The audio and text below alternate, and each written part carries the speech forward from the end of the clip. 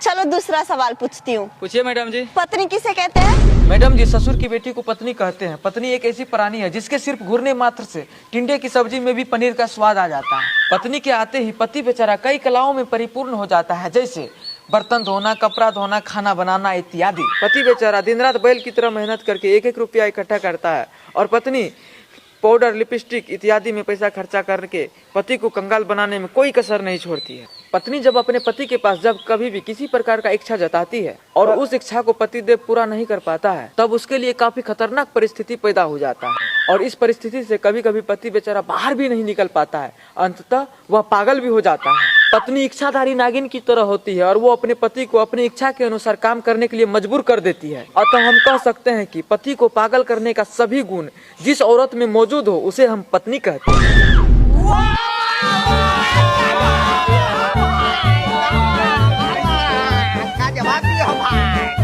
वाह भैया जी, क्या कमाल किए हैं, क्या जवाब दिए हैं। Thank you.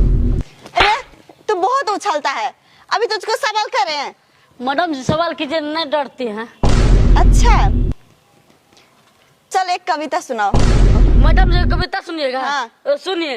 अब मुन्नी बदलाम होई डार्लिंग तेरे लिए, अब मुन्नी बदलाम होई डार्लिंग तेरे लिए। अरे चोट्टा, ये कविता है?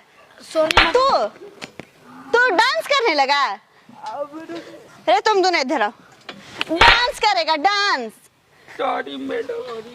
तू दोनों हाँ मैडम जी। डांस करता है। रे बताओ साली किसे कहते हैं? साली?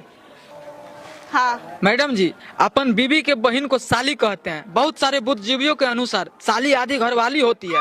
जब साली जीजाजी बोलती है तो आत्मा तृप्त हो जाता है, तुरंत उसे पिज्जा खिलाने का मन करता है। बीबी जब पास बैठी होती है तो ऐसा लगता है कि चुड़ैल पास बैठी है, लेकिन जब साली पास बैठी होती है तो ऐसा लगता है कि हम जन्नत का सैर कर रहे हैं। अतः हम कह सकते हैं कि पत्नी के द्वारा मिजाज गर्म करने पर जो लड़की हमारे माइंड को ठंडक पहुंचाने में मदद करती है उसे हम साली कहते हैं।